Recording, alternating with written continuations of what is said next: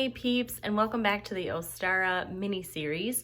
So the last video we kind of just like had a nice little chit chat about the spring equinox and some of the attributes that go along with it and what it means and what kind of things that you can do, what kind of energies to bring about for the equinox. And so now we are going to be talking, hi puppy, we're going to be talking about crystals that you can bring into your space that have really amazing Ostara energy about them. So the ones that I am going to be showing you are some of them you're going to find on lists all over the place that have to do with the equinox, and then other ones are ones that weren't really on any lists when I was kind of looking things up, but they're ones that I personally like to use for the equinox. So yeah, let's get started. Okay, so before we get into the crystals that I have down here, you're probably wondering, okay, well, I have these stones, now what exactly am I supposed to do with them?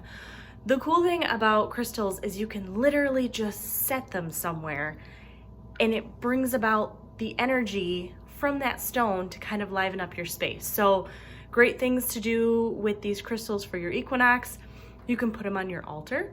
You can place them in beautiful crystal grids to attract the energy of specific stones.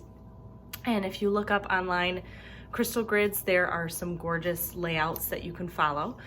You can adorn your candles with them. You can use them in mojo bags if you're using any, doing any kind of, like new idea, new magic, fertility type spell work. You can wear them on your person in order to bring about the different, properties and attributes of the stones. You can make gem elixirs.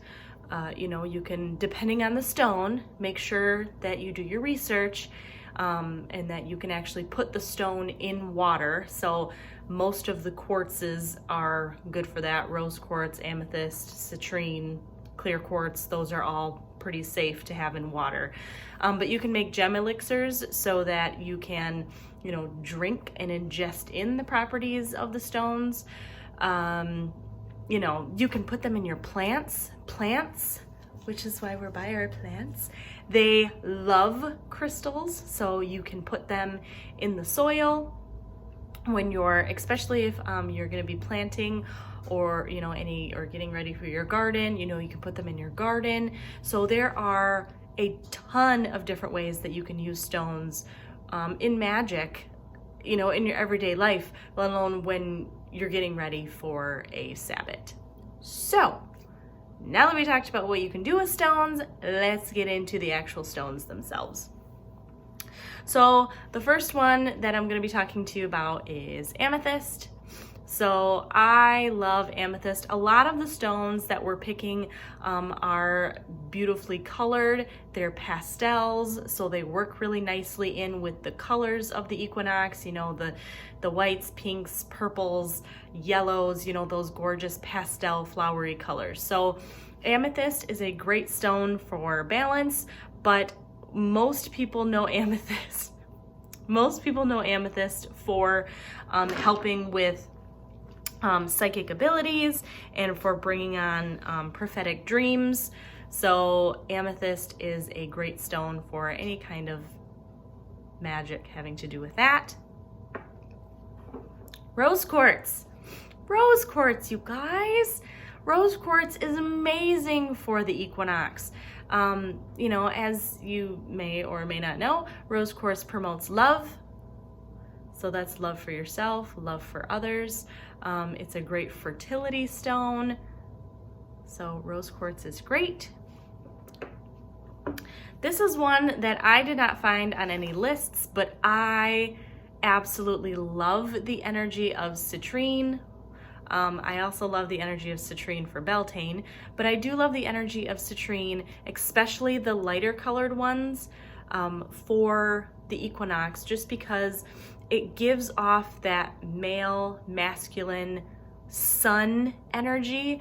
And I feel like when you're talking about the equinox, that's exactly what you're looking for, is to bring about the sun, to melt the snow, to, bring about spring, like bring me spring. So I really like using citrine, you know, and citrine is also a great stone for bringing about extra energy. So when you're coming out of the dank winter months, you need that extra energy. So that's perfect.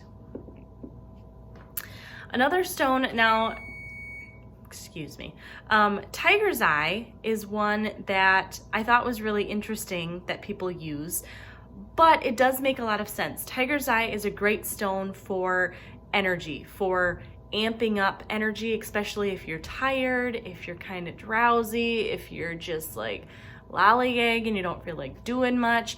You know, the springtime is about getting up and get moving and spring cleaning and getting excited about the new growth and all your new ideas and all your new things you're going to be doing. So tiger's eye is great for that. There's like brown, there's red, there's blue, there's yellow. So getting yourself a tiger's eye is actually great to help to keep your body up with the energy and the newness of spring. Moss agate. You guys, moss agate is just like one of the prettiest freaking agates ever. And it just looks like spring, but moss agate is great for abundance. So if you're looking to use Ostara as a time to help bring about more prosperity, more abundance, to bring about new prosperity, maybe you've got a new business idea, you know, whatever that is, moss agate's great for that. And moss agate is also perfect for helping growth of new plants. So taking moss agate and putting it in plants or putting it in with any seeds that you may be planting or putting it in your garden is perfect. Moonstone. The rest of these stones have a lot to do with emotions. I feel like when we're coming out, especially up in my neck of the woods, you know, seasonal depression is a big thing. You know, we're going through a lot of winter. Everything's dark all the time. It's dreary all the time. It's cold all the time. I even kind of had a little bit of bout of seasonal depression this year. And so Moonstone is great for calming, you know, bringing about that calming effect, calming your emotions, and also bringing about illumination. So illuminating, maybe you need help with, you know, what kind of habits you should be having as opposed to the ones that you currently have that you know aren't super good for yourself. Or, you know, maybe you're looking for new business ideas, or you're looking for new magical ideas, or you're looking for, you know, anything. You know, a moonstone is a great stone to help connect you to that moon energy, that energy of illumination, to help illuminate your path as you move forward with the spring equinox. And like I said, also to really help calm your emotions.